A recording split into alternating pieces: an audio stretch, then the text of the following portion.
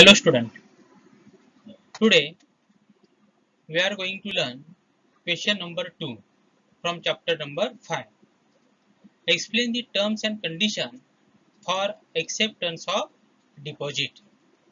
म्हणजे लोकांकडनं किंवा मेंबर्सकडनं ज्या डिपॉझिट घेतल्या जातात त्या डिपॉझिट घेण्यासाठी कोणकोणत्या प्रकारच्या टर्म्स अँड कंडिशन दिलेल्या आहेत ते आपल्याला इथे एक्सप्लेन करायचे आहेत. ओके, तो यहाँ पे हमें टर्म्स एंड कंडीशन एक्सप्लेन करनी है डिपॉजिट से रिलेटेड.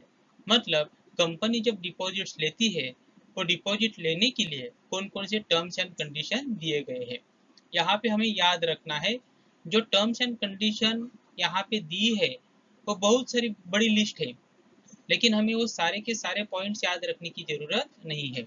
अगर हम इस चैप्टर को देखते हैं तो इसमें से जो टर्म्स एंड कंडीशन है उसमें से आपको 8 या 9 पॉइंट ही आपको याद रखने हैं. जो भी 8-9 पॉइंट आपके लिए सिंपल रहेंगे उतने पॉइंट आपको याद रखने, बाकी के पढ़ के रखो क्योंकि उसमें से आपको फिलिंग द ब्लैंक्स के लिए या ऑब्जेक्टिव के लिए क्वेश्चन आ सकते हैं. First point is amount of deposit, that is condition regarding amount of deposit.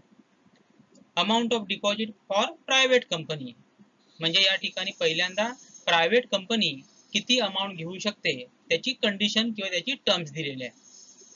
A private company can accept deposit from its member और डायरेक्टर और relatives of director not more than 100% of its aggregate of paid up share capital and free reserve.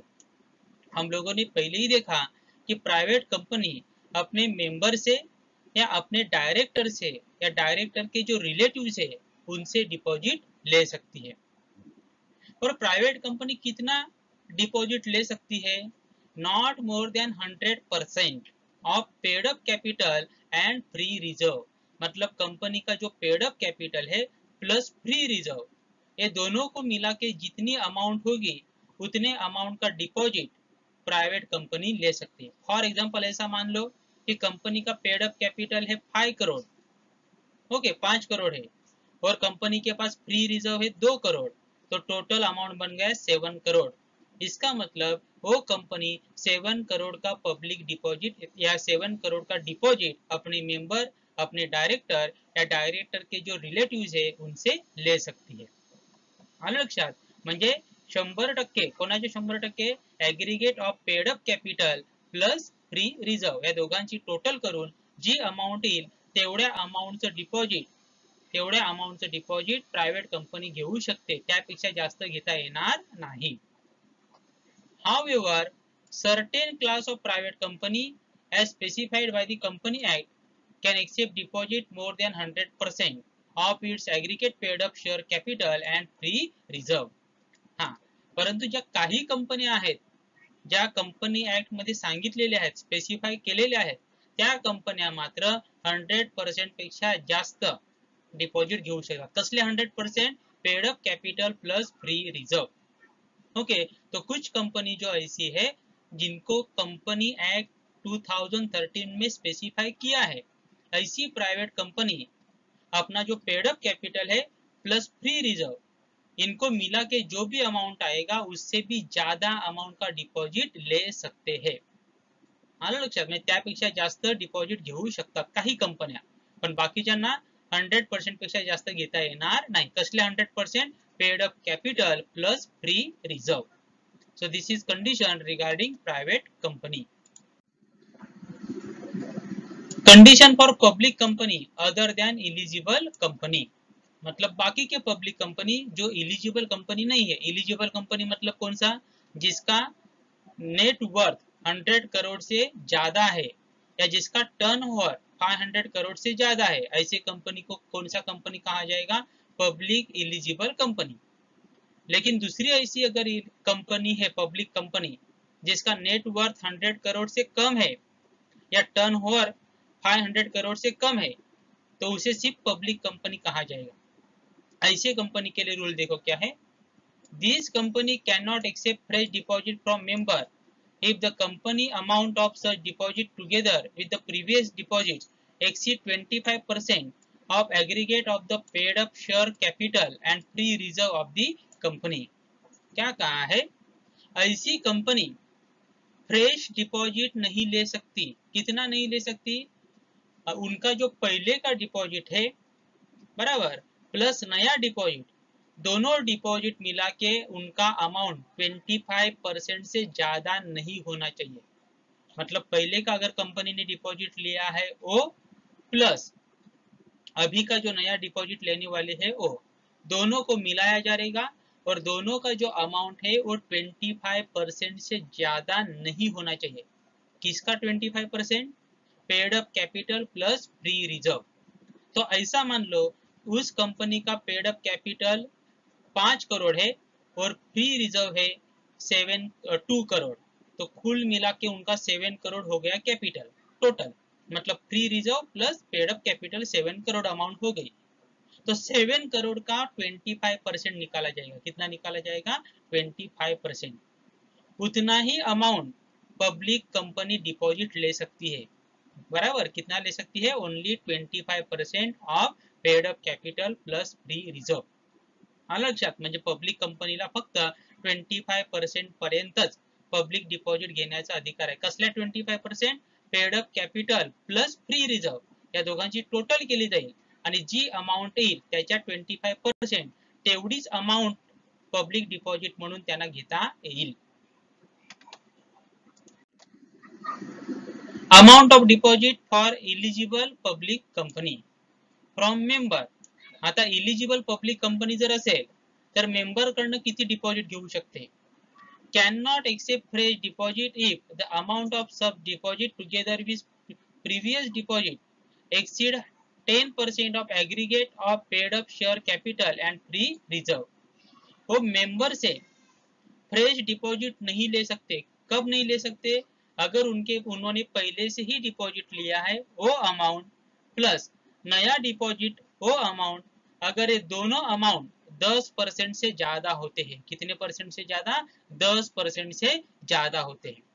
किसके 10%, share capital and free reserve. अगर दोनों मतलब नया deposit जो deposit लेने वाले हैं और पुराना डिपॉजिट, दोनों डिपॉजिट का अमाउंट अगर 10% से ज्यादा होता है। किसका 10%, share capital and free reserve. तो ऐसी company eligible public company member से डिपॉजिट नहीं ले सकती। और सेकंड दिया है from public, can not accept fresh deposit if the amount of such deposit together with previous deposit exceed मतलब more than 25% of aggregate of paid up share capital and free reserve. म्हणजे या ठिकाणी काय सांगितलंय, public कडनं म्हणजे general public कडनं ही company deposit घेऊ शकणार नाही।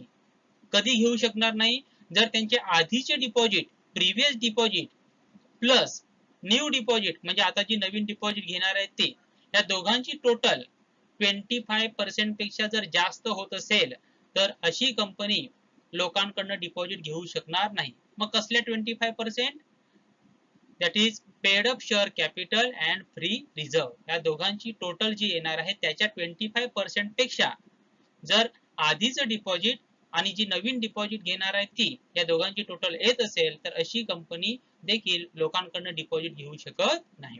तो यहाँ पे याद रखना है, अगर मेंबर से लेना है तो वो 10% से ज्यादा नहीं होना चाहिए। कौन सा 10%, पहले का डिपॉजिट प्लस नया वाला डिपॉजिट, उनका जो अमाउंट है वो 10% से ज्यादा नहीं होना चाहिए। और अगर पब्लिक से लेना है तो पुराना डिपॉजिट अगर लिया है तो प्लस नया डिपॉजिट दोनों मिला के वो जो अमाउंट है वो 25% से ज्यादा नहीं होनी चाहिए। 25% मतलब किसका, paid up share capital plus free reserve, इनको मिला के जो अमाउंट आएगा उसका जो 25% निकाला जाएगा उससे ज्यादा अमाउंट नहीं होना चाहिए। फॉर एग्जाम्पल, अगर paid up capital plus free reserve 10 crore है, कितना है 10 करोड़ ऐसा मान लेते हैं, तो 10 करोड़ का 25% अगर निकालते हैं तो वो आएगा 2 करोड़ 50 लाख। 2 करोड़ 50 लाख। तो पहले का डिपॉजिट और अभी जो नया डिपॉजिट लेने वाले हैं वो दोनों मिला के 2 करोड़ 50 लाख से ज्यादा नहीं होना चाहिए। अगर वो 2 करोड़ 50 लाख से ज्यादा होता है तो ये कंपनी लोगों से डिपॉजिट नहीं ले सकती। And amount of deposit for government companies. Government company can accept deposit from public not exceeding 35% of total paid up share capital and free reserve of the company. As far as government companies are concerned, the limit is set to 35%. म्हणजे government company 35% पेक्षा जास्त अमाऊंटची deposit घेऊ शकत नाही. कसल्या 35%? Paid up share capital plus free reserve या दोघांची total केली जाईल आणि त्याच्यात 35% काढले जातील. जी अमाऊंट येईल तेवढ्या अमाऊंट पर्यंत लोकांकडनं डिपॉझिट घेतल्या जाऊ शकतात. कोणती कंपनी? Government company. ओके, तो गवर्नमेंट कंपनी उनका जो पेड अप शेयर कैपिटल है प्लस फ्री रिजर्व है, इनको मिला के जो अमाउंट आएगी उसका 35% निकाला जाएगा और उतने अमाउंट का डिपॉजिट गवर्नमेंट कंपनी ले सकती है, लेकिन 35% से ज्यादा अमाउंट का डिपॉजिट गवर्नमेंट कंपनी नहीं ले सकती. सेकंड इज पिरियड और टेन्युअर ऑफ डिपॉजिट. म्हणजे तुम्ही किती वेळेसाठी, किती काळासाठी, किती टाइम साठी डिपॉजिट घेऊ शकता. आप कितने समय के लिए डिपॉजिट ले सकते, उसे कहा जाएगा टेन्युअर ऑफ डिपॉजिट.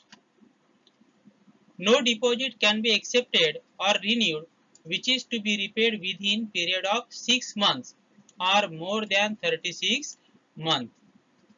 मतलब कौन सा भी डिपॉजिट ऐसा नहीं लेना है जो 6 मंथ्स के पहले हमें रिपेड करना पड़े. तो कम से कम टाइम पीरियड रहेगा 6 मंथ.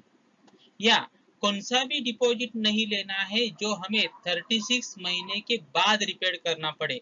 36 मंथ मतलब 3 साल. ओके, तो 3 साल हो गया डिपॉजिट का मैक्सिमम टाइम पीरियड और 6 मंथ्स हो गए डिपॉजिट का मिनिमम टाइम पीरियड. लक्षात ठेवा, म्हणजे डिपॉजिट ही कमीत कमी 6 महिन्यासाठी घेतली जाईल आणि जास्तीत जास्त 36 मंथ साठी म्हणजे 3 इयर साठी घेतली जाईल. In certain circumstances, a company may accept deposit payable earlier than 6 months to meet the short term needs. लेकिन कुछ केस के लिए कंपनी 6 महीने से भी कम समय के लिए डिपॉजिट ले सकती है. मतलब अगर कंपनी के लिए कुछ प्रॉब्लम है, फाइनेंशियल प्रॉब्लम है और उस तरह का प्रॉब्लम वो कंपनी प्रूव कर देती है कि हमें शॉर्ट टर्म डिपॉजिट लेना जरूरी है, तो ऐसे केस में उनको अलाउड किया जाता है to take short term deposit less than for 6 month. 6 महीने से कम समय के लिए डिपॉजिट ले सकते हैं. बट जनरली डिपॉजिट का टाइम क्या रहेगा? अगर आपको क्वेश्चन पूछा जाता है तो डिपॉजिट का मिनिमम टाइम पीरियड रहेगा 6 मंथ और मैक्सिमम रहेगा 36 मंथ. लक्षात ठेवा. Such deposit must have a tenure of minimum 3 months and the amount of such deposit cannot be more than 10% of aggregate of paid up share capital and free reserve of the company. जर कोणती company 6 महिन्यापेक्षा कमी काळासाठी deposit घेत असेल काही कारणासाठी, तरी ती डिपॉजिट कमीत कमी किती महिन्यासाठी असली पाहिजे? Minimum for 3 months but not less than 3 months. Okay, मतलब किसी भी हालत में डिपॉजिट का टेन्योर 3 महीने से कम नहीं रहेगा. जनरली वो 6 महीना रहेगा और मैक्सिमम 36 मंथ. लेकिन किसी केस में 6 महीने से भी कम समय के लिए डिपॉजिट लिया जा सकता है, लेकिन वो किसी भी हालत में 3 महीने से कम टाइम पीरियड नहीं रहेगा. और दूसरे उसमें बोला है अगर 6 महीने से कम समय के लिए डिपॉजिट लिया जाता है तो उसका जो अमाउंट है वो 10% से ज्यादा नहीं रहेगा. म्हणजे जर 6 महिन्यापेक्षा कमी काळासाठी जर तुम्ही डिपॉजिट घेत असतील तर ती जी अमाउंट आहे ती 10% पेक्षा जास्त असता कामा नये. कसल्या 10%? Paid up share capital plus free reserve याच्या 10% पेक्षा ती अमाउंट डिपॉजिटची अमाउंट जास्त असता कामा नये. If you are accepting deposit from public or from member for less than 6 months. Under certain circumstances, on the request of the depositor, company make premature repayment of deposit. हाँ, काही ठिकाणी company काय करू शकते बघा, मिनिमम पीरियड 6 मंथ दिलेला आहे generally आणि मॅक्सिमम 36 मंथ. आणि समजा कंपनीने 2 इयर साठी डिपॉझिट घेतलेले असतील, परंतु एखाद्या व्यक्तीला प्रॉब्लेम आला, एखाद्या डिपॉझिटरला पैशाची फारच गरज आहे, मग अशा केसमध्ये कंपनी त्याची जी डिपॉझिट आहे बिफोर मॅच्युरिटी म्हणजे 2 वर्षाच्या आधी देखील रिपेड करू शकते. ओके, मतलब डिपॉजिटर को अगर पैसे की बहुत ही जरूरत है तो मैच्योरिटी के पहले भी कंपनी उसका जो डिपॉजिट है वो रिपेड कर सकती है. कंपनी में also renew its deposit with the same terms of issue and it will be considered as a fresh deposit. और आपको अगर हमारे कंपनी ने पुराना डिपॉजिट लिया है 3 साल के लिए, अगर उस डिपॉजिट के 3 साल कंप्लीट हुए तो फिर से डिपॉजिटर का परमिशन लेके वही डिपॉजिट आप कंटिन्यू कर सकते हो आने वाले 3 साल के लिए, मतलब उसको बोला जाएगा रिन्यूअल. हाँ, डिपॉजिटर का परमिशन लेना पड़ेगा, उसका अप्रूवल लेना पड़ेगा. वो लेने के बाद अगर वो अप्रूव कहता है, अगर डिपॉजिटर कहता है कि ठीक है 3 साल और रख लो डिपॉजिट, तो कंपनी वही डिपॉजिट फिर से 3 साल के लिए रख सकती है, लेकिन उसे रिन्यूअल माना जाएगा. और इसीलिए वो जो जब से रिन्यू किया वहां से फ्रेश टाइम पीरियड माना जाएगा. Okay. Third is no demand deposit. Company can not accept और renew deposit repayable on demand. मतलब कंपनी कौन सा भी डिपॉजिट रीपेएबल ऑन डिमांड, इस तरह का कौन सा भी डिपॉजिट एक्सेप्ट नहीं करेगी. रीपेएबल ऑन डिमांड मतलब जैसे हम लोग बैंक में पैसा रखते हैं, हमारे सेविंग अकाउंट में हम लोगों ने पैसा रखा, जब चाहे तब हम वो पैसा मांग सकते हैं बैंक से, बराबर. उसे कहा जाएगा demand deposit.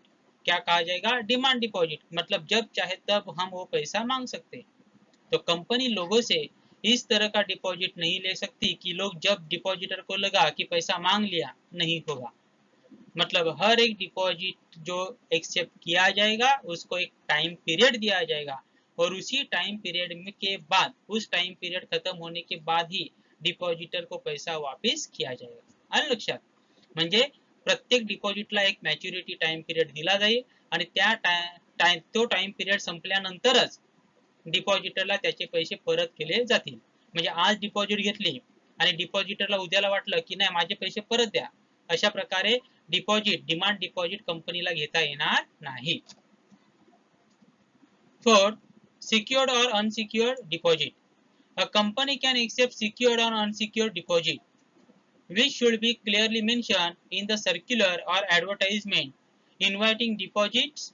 A company offers secured option, secured deposit. It has to create a charge on its tangible asset within 30 days of acceptance of deposit. Company जो डिपॉजिट लेती है वो सिक्योर्ड भी हो सकती है या अनसिक्योर्ड भी हो सकती है, लेकिन वो किस तरह का डिपॉजिट है वो उनको एडवर्टाइजमेंट में मेंशन करना पड़ेगा.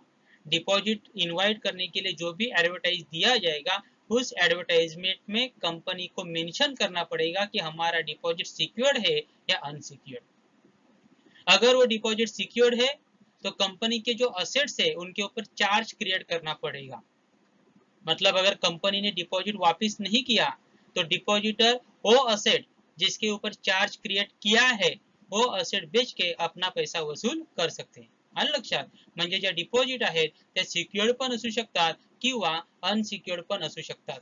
कोणत्याही प्रकारच्या जरी डिपॉजिट असल्या तरी त्या डिपॉजिट कोणत्या प्रकारच्या आहेत ते तुम्हाला ऍडव्हर्टाइज मध्ये किंवा डिपॉजिट साठी जे तुम्ही सर्क्युलर काढलेलं आहे त्या सर्क्युलर मध्ये तुम्हाला मेन्शन करावं लागतं. आणि जर तुमच्या डिपॉजिट सिक्युअर्ड असतील, बरोबर, तर फॉर एक्झाम्पल तुम्ही 50 lakhचे डिपॉजिट घेणार असतील तर 50 lakhचे जे असेट्स आहेत त्याच्यावर तुम्हाला चार्ज क्रिएट करावा लागेल. कारण की जर तुम्ही डिपॉजिटरचे पैसे परत केले नाही तर डिपॉजिटर ज्या असेटवर चार्ज क्रिएट केलेला आहे त्या असेट विकून आपले पैसे वसूल करू शकतील. Okay. Next is application form. A company has to provide application form. It should contain a declaration by applicant that the deposit he is making is not made out of any money borrowed by him or from another person. हा, आता इकडे बघा, जेव्हा कंपनीकडे आपण application करतो, company एक application form डिपॉजिटरला देते, डिक्लेरेशन देते आणि त्या डिक्लेरेशन मध्ये डिपॉजिटरला हे लिहून द्यावं लागतं की कंपनीकडे डिपॉजिट म्हणून मी जे पैसे ठेवलेले आहेत ते माझे स्वतःचे पैसे आहेत मी ते कोणाकडनं देखील बॉरो केलेले नाही, मी कोणाकडनं देखील उधार केलेले घेतलेले नाही. अशा प्रकारचं डिक्लेरेशन डिपॉजिटरला कोणाकडे द्यावं लागतं, कंपनीला द्यावं लागतं. देखो यहाँ पे एक अलग प्रोविजन है, टर्म्स है. किस तरह का टर्म्स है देखो, कि अगर मैं कंपनी में पैसा डिपॉजिट करने का सोचता हूँ तो कंपनी मुझे एक फॉर्म देगी, एप्लीकेशन फॉर्म देगी, उसमें एक डिक्लेरेशन रहेगा और उस डिक्लेरेशन में मुझे लिख के देना पड़ेगा कि मैं जो पैसा कंपनी में एज अ डिपॉजिट रखने वाला हूँ वो पैसा मेरा खुद का पैसा है और वो पैसा मैंने किसी से भी बोरो नहीं किया, मतलब मैंने किसी से भी उधार नहीं लिया. इस तरह का डिक्लेरेशन हमें लिख के देना पड़ेगा. हमें मतलब किसको, डिपॉजिटर कंपनी को लिख के देगा. अभी सवाल आता है इस तरह का डिक्लेरेशन क्यों. ऐसा भी हो सकता है कि मैं किसी से पैसा बोरो लूंगा और उसको मैं 4% से मैं पैसा बोरो लूंगा और अगर कंपनी मुझे 10% देती है तो मैं 4% से पैसा किसी से उधार ले लूंगा और वही पैसा मैं कंपनी में लगाऊंगा, कंपनी से मुझे 10% मिलेगी, तो वहां पे मैं 6% क्या कमाऊंगा, इनकम कमाऊंगा. इस तरह का किसी भी तरह की जो ट्रांजेक्शन है वो ना हो इसीलिए कंपनी क्या कहती है, आपको डिक्लेरेशन देना पडेगा. हा लक्षात. तर अशा प्रकारचं डिक्लेरेशन डिपॉजिटरला कोणाकडे द्यावं लागतं, कंपनीला द्यावं लागतं. Joint name. Company can accept deposit in joint name of depositor, but there should not be more than 3 names. Company 3 लोगों को मिलके एक डिपॉजिट ले सकती है. फॉर एग्जाम्पल, कंपनी में डिपॉजिट करना है 50,000 एट अ टाइम, लेकिन अगर मेरे खुद अकेले के पास 50,000 नहीं है तो हम 3 दोस्त मिलके 50,000 का एक डिपॉजिट कंपनी में रख सकते हैं. तो यहाँ पे 3 लोगों का नाम आएगा डिपॉजिट रिसिप्ट के ऊपर. ठीक है, कितने लोगों का नाम आएगा, 3 लोगों का नाम वहां पे आएगा. 3 से ज्यादा लोग मिलके हम एक डिपॉजिट नहीं रख सकते. आलं लक्षात. म्हणजे डिपॉजिट जर करायची असेल तर ती जॉईंटली देखील करू शकतात. म्हणजे 2-3 व्यक्ती मिळून किंवा 2-3 फ्रेंड मिळून आपण कंपनीमध्ये पैसे डिपॉजिट करू शकतो. 3 पेक्षा जास्त लोक मात्र एकत्र येऊन डिपॉजिट करू शकत नाही. Nomination. Every depositor at time has the right to nominate any person as a nominee in the event of death of the depositor. देखो, नॉमिनेशन मतलब वारिस, मतलब अगर कोई डिपॉजिटर कंपनी में पैसा डिपॉजिट करता है तो उसको उसका नॉमिनी कौन रहेगा वो भी उसको एप्लीकेशन फॉर्म में लिख के देना पड़ेगा. क्योंकि अगर डिपॉजिटर का डेथ हो गया उस टाइम पीरियड में, डिपॉजिट के टाइम पीरियड में, तो उसका जो भी पैसा है वो नॉमिनी को दिया जाएगा. हा लक्षात. म्हणजे डिपॉजिटरला हे देखील मेन्शन करावं लागतं एप्लीकेशन फॉर्म मध्ये की त्याचा नॉमिनी कोण असणार आहे, वारस कोण असणार आहे. म्हणजे समजा डिपॉजिटच्या टाइम पिरियड मध्ये डिपॉजिटरचा मृत्यू झाला, त्याची डेथ झाली, तर त्याचे जे काही पैसे आहेत ते त्याच्या नॉमिनीला मिळणार. म्हणजे त्याचा जो कोणी वारस आहे ज्यांनी एप्लीकेशन मध्ये नाव लिहिलेलं आहे त्या वारसाला त्याचे पैसे दिले जातील. It is circular or advertisement. If a company invites deposit from its member, it issues circular. But if it invites deposit from public, company has to issue an advertisement. बघा, जर कंपनी मेंबर कडनं deposit घेत असणार, कोणाकडनं, members कडून, तर त्याला काय issue करावं लागणार आहे, circular. And if company invite deposit from public, लेकिन अगर कंपनी पब्लिक से डिपॉजिट ले रही है तो कंपनी क्या इशू करेगी, एडवर्टाइजमेंट. क्या इशू करेगी, एडवर्टाइजमेंट. याद रखना, अगर मेंबर से डिपॉजिट लेने वाले हैं तो सर्क्युलर, और अगर पब्लिक से डिपॉजिट लेने वाले हैं तो कंपनी क्या इशू करेगी, advertisement to invite deposit. Content of circular और एडवर्टाइजमेंट. कंटेंट मतलब जो सर्क्युलर कंपनी इशू करेगी या जो एडवर्टाइजमेंट कंपनी इशू करेगी उसके कंटेंट्स क्या रहेंगे, मतलब उसमें क्या क्या चीजें लिखी जाएगी. First, statement of financial position of the company. म्हणजे पहिलं काय असणार आहे, statement about the financial position of the company. म्हणजे कंपनीची फायनान्शियल पोझिशन दाखवणारे जी काही स्टेटमेंट आहे, म्हणजे profit and loss account and balance sheet, ते असणार आहे. The portion of secured and unsecured deposit of fresh issue, मतलब जितना भी डिपॉजिट कंपनी एक्सेप्ट करने वाले हैं उसमें से सिक्योर्ड कितना रहेगा, अनसिक्योर्ड कितना रहेगा, उसका बाइफर्केशन किस तरह से रहेगा, वो भी कंपनी को मेंशन करना पड़ेगा। मतलब अगर कंपनी दोनों तरह की deposit at a time issue कर रही है तो बराबर, तो सिक्योर्ड कितना रहेगा और अनसिक्योर्ड कितना रहेगा वो कंपनी को मेंशन करना पड़ेगा। Next, credit rating obtain from credit rating agency only for eligible public company. म्हणजे जर तुमची इलिजिबल पब्लिक कंपनी आहे तर तुम्हाला तुमची जी क्रेडिट रेटिंग आहे वेगवेगळ्या एजन्सीकडून आपण जी करून घेतो ती काय आलेली आहे, ए आलेला आहे, ए प्लस आलेला आहे, बी आलेला आहे, बी प्लस आलेला आहे, जी काही क्रेडिट रेटिंग आलेली आहे ती तुम्हाला सर्क्युलर मध्ये किंवा ऍडव्हर्टाइज मध्ये मेंशन करावी लागेल। ओके, तो क्रेडिट रेटिंग हम लोगों ने पहले से ही देखा है। तो क्रेडिट रेटिंग एजेंसी से हमें रेटिंग करवाना पड़ेगा हमारे डिपॉजिट्स का, और जो भी रेटिंग आएगा वो रेटिंग हमें हमारे सर्कुलर में या हमारे एडवर्टाइजमेंट में मेंशन करना पड़ेगा। लेकिन ये रूल सिर्फ किसके लिए अप्लीकेबल है, एलिजिबल पब्लिक कंपनी के लिए अप्लीकेबल है। डिटेल्स ऑफ द स्कीम, मतलब जो स्कीम है हमारी डिपॉजिट का उसका पूरा डिटेल्स आपको देना पड़ेगा। Name of the deposit trustee, अगर सिक्योर डिपॉजिट है तो डिपॉजिट ट्रस्टी कौन है उसके भी नाम आपको मेंशन करने पड़ेंगे। Amount due toward deposits of any previous deposit accepted by the company, म्हणजे कंपनीने जर तुम या आधी डिपॉजिट्स घेतल्या असतील तर त्यांचे किती पैसे द्यायचे बाकी आहेत जर असतील तर ते देखील मेंशन करावं लागतं। समझ में आया? तो यहाँ पे अगर कंपनी ने इसके पहले भी कहा कभी डिपॉजिट्स अगर लिए हैं तो उनका पैसा कितना देना बाकी है वो भी कंपनी को मेंशन करना पड़ेगा। बी, फाइलिंग ऑफ सर्कुलर और advertisement with register of company. Company has to file a copy of circular or advertisement signed by all director with the registrar of company. कंपनीला काय करावं लागेल, जे काही सर्क्युलर आहे किंवा जे ऍडव्हर्टाइजमेंट आहे त्या ऍडव्हर्टाइजमेंट वर सर्व डायरेक्टरची सिग्नेचर घ्यावी लागेल आणि ती कॉपी, त्याची एक कॉपी कोणाकडे जमा करावी लागेल, registrar of company.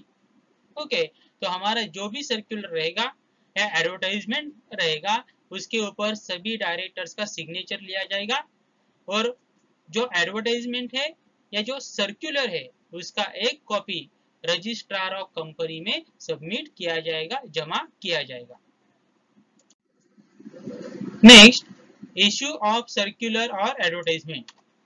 Only after 30 days of filing a copy of circular और advertisement with registrar of company the company can issue the circular or advertisement। मतलब जिस तारीख को हम रजिस्ट्रार ऑफ कंपनीज में हमारे सर्कुलर या एडवर्टाइजमेंट का कॉपी जमा करेंगे उस तारीख के 30 दिन के बाद, 30 दिन के बाद हम हमारा सर्कुलर या एडवर्टाइजमेंट पब्लिक के लिए इश्यू कर सकते। कितने दिन के बाद? 30 दिन के बाद। म्हणजे आपण आपलं सर्क्युलर किंवा ऍडव्हर्टाइजमेंट जेव्हा रजिस्ट्रार कडे जमा करणार त्या तारखेपासून 30 दिवसानंतर आपण आपलं सर्क्युलर किंवा ऍडव्हर्टाइजमेंट पब्लिक साठी इश्यू करू शकतो। Company can send the circular to the member through register post, speed post और ईमेल। कंपनी अगर सर्क्युलर इश्यू करती है तो वो सर्क्युलर रजिस्टर पोस्ट से भेजा जा सकता है, स्पीड पोस्ट से भी भेजा जा सकता है या ईमेल से भी भेजा जा सकता है। किसको? मेंबर्स को।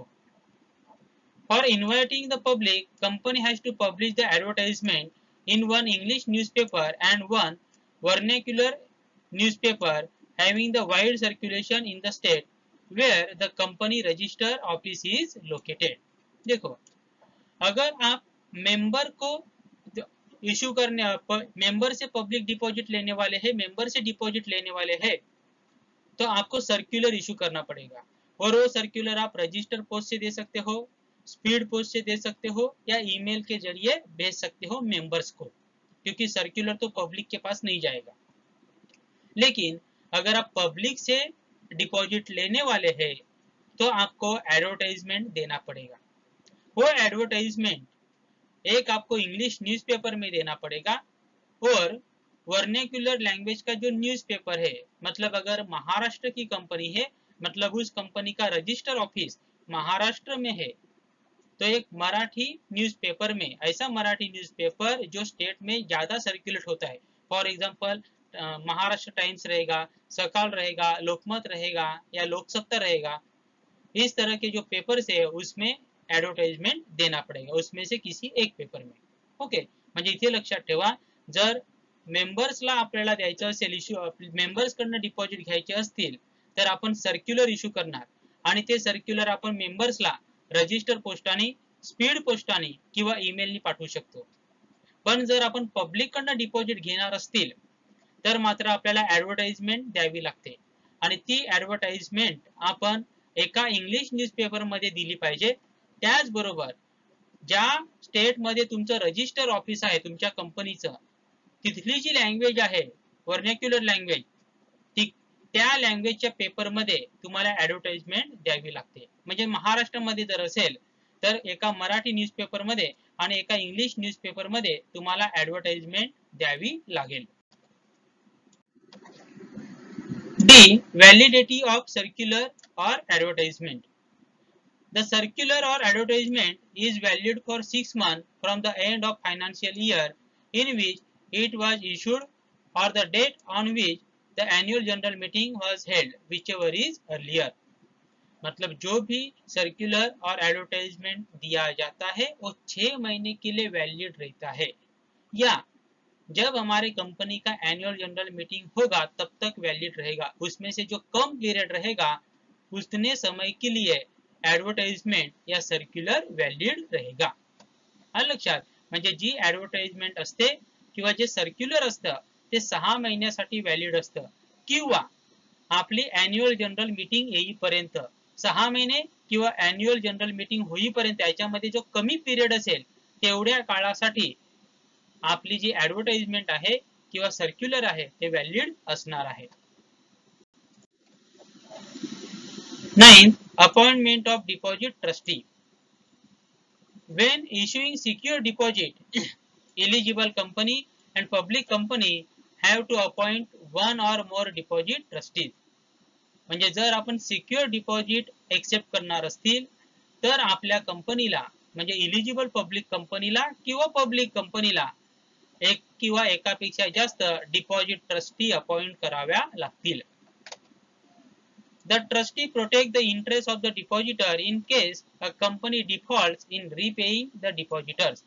तो ट्रस्टी का काम क्या रहता है कि अगर लोगों ने डिपॉजिट लिया है और वो कंपनी लोगों को डिपॉजिट का रीपेमेंट नहीं कर रही है या डिपॉजिट के ऊपर जो इंटरेस्ट देना है वो रेगुलरली नहीं दे रही है, ऐसे केस में लोगों का जो पैसा है वो प्रोटेक्ट करने का काम कौन करते हैं? डिपॉजिट ट्रस्टी करते हैं. Company sign a contract with a deposit trustee called as a trust deed. या ठिकाणी कंपनी काय करणार? डिपॉजिट ट्रस्टी बरोबर कॉन्ट्रॅक्ट करणार आणि त्यालाच काय म्हटलं जातं? Trust deed. डीड म्हणजे एग्रीमेंट. ओके, तो ट्रस्ट डीड बनाया जाएगा किसके बीच में? कंपनी और डिपॉजिट ट्रस्टी, इनके बीच में ट्रस्ट डीड बनाया जाएगा. It contains the terms and condition of the contract. The deed has to be signed at least 7 days before issue the circular or advertisement. आणि जी काही तुम्ही डीड तयार केली असेल ती डीड साइन झाली पाहिजे at least 7 days before issuing the circular और ऍडव्हर्टाइजमेंट. म्हणजे आपण सर्क्युलर किंवा ऍडव्हर्टाइजमेंट इश्यू करण्याच्या आधी त्या डीड वर सिग्नेचर झाली पाहिजे. कोणाची सिग्नेचर? एक कंपनी ऑथॉरिटीची सिग्नेचर आणि डिपॉझिट ट्रस्टी त्यांची सिग्नेचर, कारण की हा त्यांच्यामधला कॉन्ट्रॅक्ट आहे. मग त्या दोघांची सिग्नेचर त्या डीड वर झाली पाहिजे. कधीपर्यंत? Before 7 days before issuing the circular or advertisement. The deposit trustee on its own or on the request of 1/10 of depositor can call a meeting of all the depositor when company defaults in repaying deposit. तो deposit trustee खुद से या अगर depositor के 1/10 मतलब 100 अगर depositor है तो उसमें से 1/10 मतलब 10 डिपॉजिटर कहते हैं कि मीटिंग बुलाओ, तो डिपॉजिट ट्रस्टी खुद से भी मीटिंग बुला सकते हैं, या डिपॉजिटर जितने भी डिपॉजिटर है उसके 1/10 लोग अगर कहते हैं कि मीटिंग बुलाओ तो डिपॉजिट ट्रस्टी मीटिंग बुला सकते हैं. किसके लिए? अगर कंपनी ने पैसा रिपेड नहीं किया तो, या कंपनी ने डिपॉजिट के ऊपर इंटरेस्ट नहीं दिया तो, मतलब कंपनी ने अगर डिफॉल्ट किया, कंपनी ने डिपॉजिटर का पैसा वापस नहीं दिया, तो मीटिंग बुलाने का काम डिपॉजिट ट्रस्टी करते हैं। 10th is create charge on asset. A company accepting secure deposit from public within 30 days of acceptance has to create charge on its tangible asset for an amount not less than amount of deposit accepted. The minimum amount of security should be equal to the amount not covered by deposit insurance. The security is created in favor of the deposit trustees. मतलब अगर हमारी company secure deposit ले रही है public से, तो ऐसे case में हमारे कंपनी को हमारे जो असेट्स है उसके ऊपर चार्ज क्रिएट करना पड़ेगा, और वो चार्ज किसके फेवर में किया जाएगा? डिपॉजिट ट्रस्टी के फेवर में वो चार्ज क्रिएट करना पड़ेगा। और कितने असेट्स के ऊपर चार्ज क्रिएट करना पड़ेगा? तो हम जितना डिपॉजिट ले रहे हैं और जितने डिपॉजिट का हमारे पास इंश्योरेंस नहीं है, उतने अमाउंट का चार्ज या उतने अमाउंट के जो असेट्स है उसके ऊपर हमें चार्ज क्रिएट करना पड़ेगा। फॉर एग्जांपल, अगर हम 10 करोड़ का डिपॉजिट ले रहे हैं, कितने करोड़ का? 10 करोड़ का डिपॉजिट ले रहे हैं, तो हम जो असेट्स के ऊपर चार्ज क्रिएट करेंगे उन असेट का वैल्यू 10 करोड़ से कम नहीं होना चाहिए, बरोबर? म्हणजे आपण जर सिक्युअर डिपॉजिट लोकांकडून घेणार असतील तर आपल्याला जे असेट्स आहेत त्याच्यावर चार्ज क्रिएट करावा लागतो, आणि तो चार्ज कोणाच्या फेवर मध्ये करावा लागतो? डिपॉजिट ट्रस्टीच्या नावाने तो चार्ज क्रिएट करावा लागतो। आणि तो चार्ज किती असेट वर करायचा? तर आपण जी डिपॉझिट्स घेणार आहेत त्याची जी अमाउंट आहे त्यापेक्षा जास्त अमाउंट, त्यापेक्षा कमी नाही, त्याच्या इक्वल असली तरी चालेल, किंवा त्यापेक्षा जास्त अमाउंटच्या असेटवर तुम्हाला तो चार्ज क्रिएट करावा लागतो।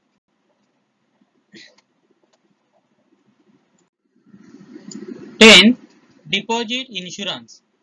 A company need to take deposit insurance at least 30 days before issue of circular or advertisement. If the amount of deposit plus interest on it is up to 20,000, insurance is to be taken. Okay, तो अगर company जो deposit ले रही है और उसके ऊपर होने वाला जो इंटरेस्ट है अगर वो 20,000 तक है तो डिपॉजिट लिया जाएगा, और वो डिपॉजिट जो इंश्योरेंस है वो 30 डेज पहले लेना पड़ेगा। किसके 30 डेज पहले? सर्कुलर या एडवर्टाइजमेंट इश्यू करने के 30 दिन पहले इंश्योरेंस लेना पड़ेगा। लक्षात ठेवा, जर कंपनी जे डिपॉजिट एक्सेप्ट करणार आहे त्या डिपॉजिटची अमाउंट आणि त्या डिपॉजिटवरचं इंटरेस्ट दोन्ही मिळून जर 20,000 पर्यंत अमाउंट असेल तर कंपनीला डिपॉजिट इन्शुरन्स काढावं लागतं, आणि ते डिपॉजिट इन्शुरन्स 30 दिवस आधी काढायचं।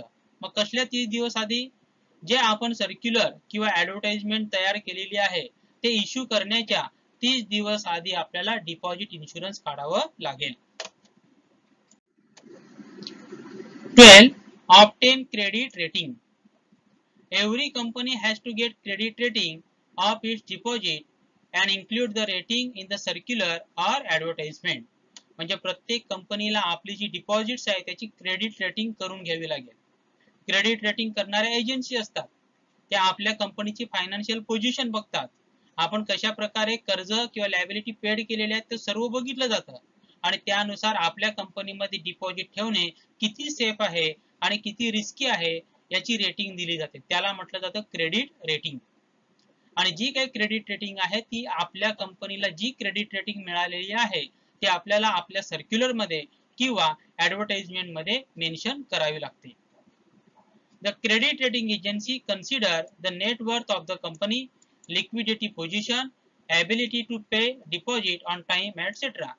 और जो भी क्रेडिट रेटिंग एजेंसी है वो क्या करती है? हमारे कंपनी का नेटवर्थ कितना है वो देखा जाएगा, हमारे कंपनी का लिक्विडिटी पोजीशन किस तरह से है, मतलब हमारे कंपनी के ऊपर लायबिलिटी कितना है, हमारी कंपनी किस तरह से लायबिलिटी रिपेड करती है, हिस्ट्री, उसका हिस्ट्री देखा जाएगा, और हमारे कंपनी क्या डिपॉजिट रीपेमेंट करने का पोजीशन क्या है, क्या हमारी कंपनी वाकई में डिपॉजिट रीपेड कर सकती है क्या, वो सब चीजें देखी जाती है। और उसके बाद रेटिंग दिया जाता है और उस रेटिंग को पढ़ के इन्वेस्टर डिसाइड कर सकते हैं कि हमारे कंपनी में पैसा इन्वेस्ट किया जाए या ना किया जाए, and accordingly gives rating. Rating shall be obtain every year during the tenure of the deposit. आणि ही जी रेटिंग असते ती प्रत्येक वर्षी आपल्याला घ्यावी लागते, जोपर्यंत आपल्याकडे डिपॉझिट आहे तोपर्यंत आपल्याला रेटिंग करावं लागतं। जब तक हमारे पास डिपॉजिट रहेंगे तब तक हर साल हमें हमारे डिपॉजिट का रेटिंग करवाना पड़ेगा। 13 open deposit repayment reserve account. Every company accepting deposit has to open in a scheduled bank a deposit repayment reserve account. प्रत्येक कंपनीला, ज्या कंपनीने डिपॉझिट घेतलेले आहे त्या प्रत्येक कंपनीला शेड्यूल बँकेमध्ये एक अकाउंट ओपन करावं लागेल। कोणत्या नावाने? Deposit repayment reserve account. हर एक कंपनी जिन्होंने डिपॉजिट एक्सेप्ट किया है उस हर एक कंपनी को शेड्यूल बैंक में एक अकाउंट ओपन करना पड़ेगा। कौन से नाम से? Deposit repayment reserve account. Every year on और before 13 April, company has to deposit an amount not less than 15% of the amount of deposit maturing during the current year and following financial year। और हर साल 30 अप्रैल के पहले या 30 अप्रैल तक company को जितना amount का डिपॉजिट हम रिपेड करने वाले हैं इस साल, जितना डिपॉजिट हमारा इस साल मैच्योर होने वाला है उस अमाउंट का 15% अमाउंट इस अकाउंट में क्या करना पड़ेगा? डिपॉजिट रखना पड़ेगा या जमा करना पड़ेगा। This account can be use only for repaying deposit. आणि ह्या अकाउंट मध्ये जे पैसे आपण डिपॉजिट करणार, म्हणजे समजा या वर्षी आपले 1 लाख रुपये आपल्याला 1 लाख रुपयाच्या डिपॉजिट मॅच्युअर होणार असतील, म्हणजे 1 लाख रुपये लोकांना परत करायचे असतील तर 1 लाखाच्या 15% म्हणजे 15,000 रुपये आपल्याला ह्या अकाउंटवर जमा करावे लागतील। आणि ह्या अकाउंटवर जे पैसे जमा झाले असतील ते फक्त डिपॉजिट रीपेमेंट करण्यासाठीच वापरले जातील। याद रखना, इस अकाउंट में जितना भी पैसा जमा किया जाता है वो सिर्फ कौन से काम के लिए इस्तेमाल किया जाएगा? For repayment of deposit. बाकी काम के लिए ये पैसा इस्तेमाल नहीं किया जाएगा। 14 deposit receipt. Company has to issue deposit receipt to the depositor within 21 days from the date of receipt of money or realization of check। म्हणजे जेव्हा कंपनी लोकांकडून डिपॉजिट घेईल, डिपॉजिट घेतल्यानंतर 21 दिवसांमध्ये त्या व्यक्तीला, त्या डिपॉजिटरला डिपॉजिट रिसिप्ट द्यावी लागते।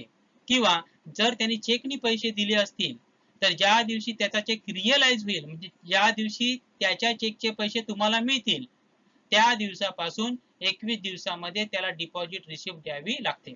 ओके, तो याद रखना, जो भी पर्सन हमारे कंपनी में डिपॉजिट देगा, जमा करेगा, उस पर्सन को जिस दिन उसने पैसा जमा किया है या अगर उसने चेक से पैसा दिया है, जिस दिन उसके चेक का पैसा हमारे अकाउंट में जमा हुआ उस तारीख से 21 दिन तक, 21 दिन इतने समय में हम लोग उनको क्या देंगे? डिपॉजिट रिसिप्ट देंगे।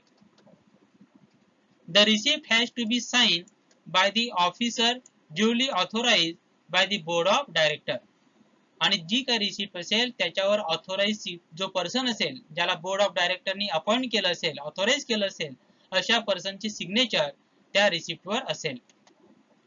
The receipt contain the name and address of depositor, amount of deposit, rate of interest payable and the date on which it is repayable।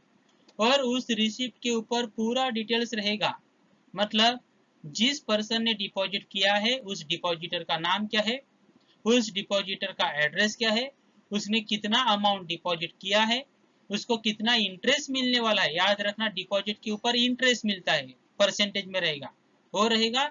Date, कौन से तारीख को उसका डिपॉजिट मैच्योर होगा, वो सारे डिटेल आपको डिपॉजिट रिसिप्ट में मेंशन करने पड़ेंगे।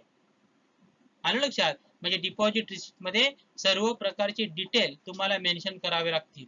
म्हणजे डिपॉझिटरचं नाव काय आहे, त्याचा ऍड्रेस काय आहे, त्यांनी किती अमाऊंट डिपॉझिट ठेवलेली आहे, त्याच्यावर किती इंटरेस्ट मिळणार आहे, डिपॉझिटची मॅच्युरिटी डेट काय आहे, म्हणजे कोणत्या तारखेला त्याचे पैसे परत करायचे, हे सर्व डिटेल डिपॉझिट रिसिप्ट वर मेन्शन केल्या जातील. 15. Register of deposit. A company has to maintain a separate register for deposit accepted or renewed at its register office. और कंपनी को एक सेपरेट रजिस्टर रखना पड़ेगा और उस रजिस्टर में डिपॉजिटर का पूरा डिटेल लिखना पड़ेगा. अभी जितने भी डिपॉजिट है उनका डिटेल लिखना पड़ेगा. अगर डिपॉजिट रिन्यू किए जाते हैं, मतलब 3 साल हो गए, 3 साल के बाद फिर से अगर डिपॉजिटर के रिक्वेस्ट पे या डिपॉजिटर का अप्रूवल लेके फिर से रिन्यू करते हैं तो उनका पूरा डिटेल हमें एक रजिस्टर में रखना पड़ेगा. और वो रजिस्टर कंपनी का जो रजिस्टर ऑफिस है वहां पे वो रजिस्टर मेंटेन करना पड़ेगा.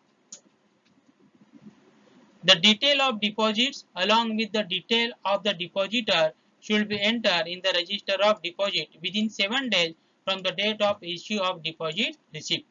जिस तारीख को डिपॉजिट रिसिप्ट इशू किया है उस तारीख से 7 दिन के अंतर डिपॉजिट का जो रजिस्टर है उसमें पूरा डिटेल आपको मेंशन करना पड़ेगा. कितने दिन के अंदर? Within 7 days from the date of issue of deposit receipt. म्हणजे ज्या दिवशी आपण डिपॉजिट रिसिप्ट इश्यू केलेली आहे त्या दिवसापासून 7 दिवसामध्ये जे रजिस्टर ऑफ डिपॉजिट आहे त्यामध्ये तुम्हाला एंट्री करावी लागेल आणि सर्व जी डिटेल आहे ती तुम्हाला रेकॉर्ड करावी लागेल. Next is return, that is statement of deposit. A company has to file on or before 13 June every year with the registrar of companies a return of deposit. मतलब हर एक कंपनी को, जिस company ने deposit लिया है उस company को अपना रिटर्न ऑफ डिपॉजिट मतलब statement of deposit registrar of companies के पास सबमिट करना पड़ेगा 30 जून के पहले. मतलब 30 जून के पहले या 30 जून को हर साल उसका जो डिपॉजिट का जो भी रिटर्न रहेगा, स्टेटमेंट रहेगा, वो जमा करना पड़ेगा. The return give detail of deposit with the company as on 31st March of that year. आणि जे तुम्ही रिटर्न देता, रिटर्नचा अर्थ काय होतो? स्टेटमेंट. बघा अकाउंट मध्ये रिटर्नचा इथे अर्थ काय घ्यायचा आहे तुम्हाला? स्टेटमेंट. मग जी तुम्ही डिपॉझिटची स्टेटमेंट रजिस्ट्रार कडे जमा करणार आहे ती कधी जमा करायची? प्रत्येक वर्ष 30 जून त्या तारखेला जमा करायची किंवा त्याच्या आधी जमा करायची. मग 31 मार्च पर्यंत तुमच्याकडे किती डिपॉझिट होत्या, तुम्ही किती डिपॉझिट मॅच्युअर झाल्या, किती लोकांचे पैसे परत केले, त्याची सर्व डिटेल त्या स्टेटमेंट मध्ये येते, त्या रिटर्न मध्ये येते. समझ में आया? तो इस तरह से आपको वो रिटर्न जो है वो रजिस्ट्रार ऑफ कंपनी के पास जमा करना पड़ेगा. उस रिटर्न ऑफ डिपॉजिट में सारा डिटेल्स आएंगे. 31 मार्च तक आपके पास कितना डिपॉजिट है, आप लोगों ने कितने डिपॉजिट का पैसा वापस किया है, कितना इंटरेस्ट दिया है, वो सारा डिटेल उस स्टेटमेंट में लिखा जाता है और उसी को ही कहा जाता है रिटर्न ऑफ डिपॉजिट. रिटर्न का मतलब यहाँ पे क्या है? Statement. Next is interest. The maximum rate of interest on deposit depends upon guideline given by the Reserve Bank of India from time to time. और डिपॉजिट के ऊपर मैक्सिमम कितना इंटरेस्ट देना चाहिए वो डिपेंड करता है कि आरबीआई ने किस तरह से गाइडलाइन दिए है. आरबीआई जिस तरह से गाइडलाइन देंगे उतना ही मैक्सिमम इंटरेस्ट कंपनी डिपॉजिट के ऊपर दे सकती है. In case of premature repayment of deposit, company can deduct 1% from the rate of interest stated in the time of deposit. अगर company premature repayment of deposit करती है किसी डिपॉजिटर को तो कंपनी 1% इंटरेस्ट कम दे सकती है. फॉर एग्जाम्पल, जब deposit लिया गया उस टर्म्स एंड कंडीशन में कहा गया था 12% इंटरेस्ट. ओके, लेकिन किसी डिपॉजिटर को पैसे की जरूरत है और उसका डिपॉजिट हमें रीपेमेंट करना है बिफोर मैच्योरिटी, उसे बोला जाएगा प्री मैच्योर. तो बिफोर मैच्योरिटी अगर डिपॉजिट रीपेमेंट करना है तो उसको 12% के बदले 1% मायनस करके 11% इंटरेस्ट दिया जाएगा. आलं लक्षात? म्हणजे जी आपण डिपॉझिट घेतो त्या डिपॉझिटवर किती इंटरेस्ट द्यायचा ते आरबीआय डिसाइड करते. आरबीआय ज्याप्रमाणे गाईडलाईन देईल त्याप्रमाणे कंपनी डिपॉझिटवर इंटरेस्ट देत असते. आणि दुसरं लक्षात ठेवून द्या, जर प्री मॅच्युअर रिपेमेंट केलं डिपॉझिटचं तर company J rate of deposit तुम्हाला टर्म्स अँड कंडिशन मध्ये सांगितलेले आहे त्याच्यामधनं 1% रेट ऑफ इंटरेस्ट काय करते, मायनस करते. म्हणजे जर 12% सांगितलं असेल तर तुम्हाला प्री मॅच्युअर जर रिपेमेंट केलं तर 11% इंटरेस्ट देईल. For deposit matured and claim but remain unpaid by company, the company has to pay a penal rate of interest at the rate 18% for the overdue period. हाँ, अगर deposit mature हो गए, मतलब deposit का जो time period कहा गया था वो खत्म हो गया, लेकिन फिर भी कंपनी ने लोगों का पैसा वापिस नहीं किया, तो जितने समय के लिए कंपनी पैसा वापिस नहीं करेंगे उतने समय के लिए उस अमाउंट के ऊपर 18% पेनल्टी लगेगा. कितना परसेंट? 18%. समझ में आया? म्हणजे जर तुमच्या डिपॉझिटला प्रत्येक डिपॉझिटला एक टाइम पिरियड दिलं जातं, उदाहरणार्थ 3 वर्षाचा टाइम पिरियड दिलेला आहे मॅच्युरिटी पिरियड, आणि 3 वर्ष कंप्लीट झाले, 3 वर्ष कंप्लीट झाले आणि कंपनीला ते पैसे आता रिटर्न करायचे. पण समजा कंपनीने ते पैसे रिटर्न केले नाही, तर जेवढ्या पिरियड साठी कंपनी पैसे रिटर्न करणार नाही 3 वर्षानंतर, तेवढ्या पिरियड साठी कंपनीवर 18% पेनल्टी लावली जाईल. जेवढी अमाउंट द्यायची बाकी आहे आणि जेवढ्या टाइम पिरियड तुम्ही पैसे दिलेले नाही तेवढ्या पिरियड साठी 18% इंटरेस्ट किंवा 18% पेनल्टी लावली जाईल. Next, right to alter the terms and condition. Alter means change.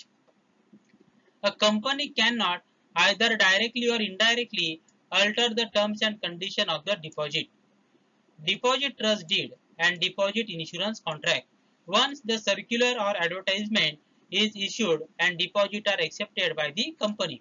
म्हणजे कोणत्याही परिस्थितीमध्ये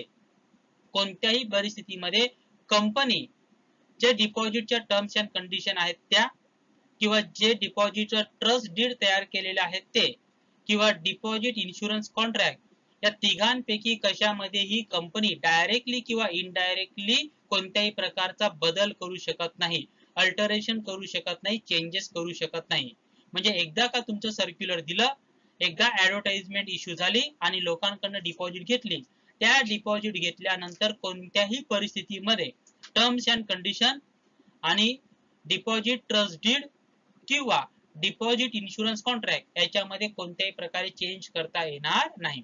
यहाँ पे याद रखना है, एक बार कंपनी ने लोगों से डिपॉजिट ले लिया या एक बार कंपनी ने मेंबर से डिपॉजिट ले लिया, डिपॉजिट लेने के बाद किसी भी हालत में डिपॉजिट्स के जो भी टर्म्स एंड कंडीशन है या डिपॉजिट का जो भी ट्रस्ट डीड है, ट्रस्ट डीड मतलब ट्रस्ट एग्रीमेंट या डिपॉजिट इंश्योरेंस कॉन्ट्रैक्ट, इन तीनों में किसी भी तरह का चेंज, किसी भी तरह का बदलाव करने का अधिकार कंपनी को रहेगा नहीं. Next, disclosure in financial statement. A company has to disclose in its financial statement by the way of note the money received from director or relative of director in case of private company. म्हणजे जर कंपनीने म्हणजे private कंपनीने director किंवा डायरेक्टरचे जे relatives आहेत त्यांच्याकडनं deposit घेतले असतील तर त्या प्रकारची एक नोट फायनान्शियल स्टेटमेंट मध्ये मेन्शन करावी लागते. फायनान्शियल स्टेटमेंट म्हणजे आपलं बैलेंस शीट जे अकाउंट असतं त्यामध्ये त्या प्रकार की नोट मेंशन करावी लगती. याद रखना, अगर हमारी प्राइवेट कंपनी है और हमारे कंपनी ने हमारे डायरेक्टर या डायरेक्टर के जो रिलेटिव है उन लोगों से पैसा लिया है, डिपॉजिट लिया है, तो उस तरह का एक नोट हमें फाइनेंशियल स्टेटमेंट में मेंशन करना पड़ेगा. हमारा जो बैलेंस शीट है उसमें मेंशन करना पड़ेगा. And last one, punishment. As per the Company Act, an officer of the company who is in default or contravention of the provision of the act punishable for fraud.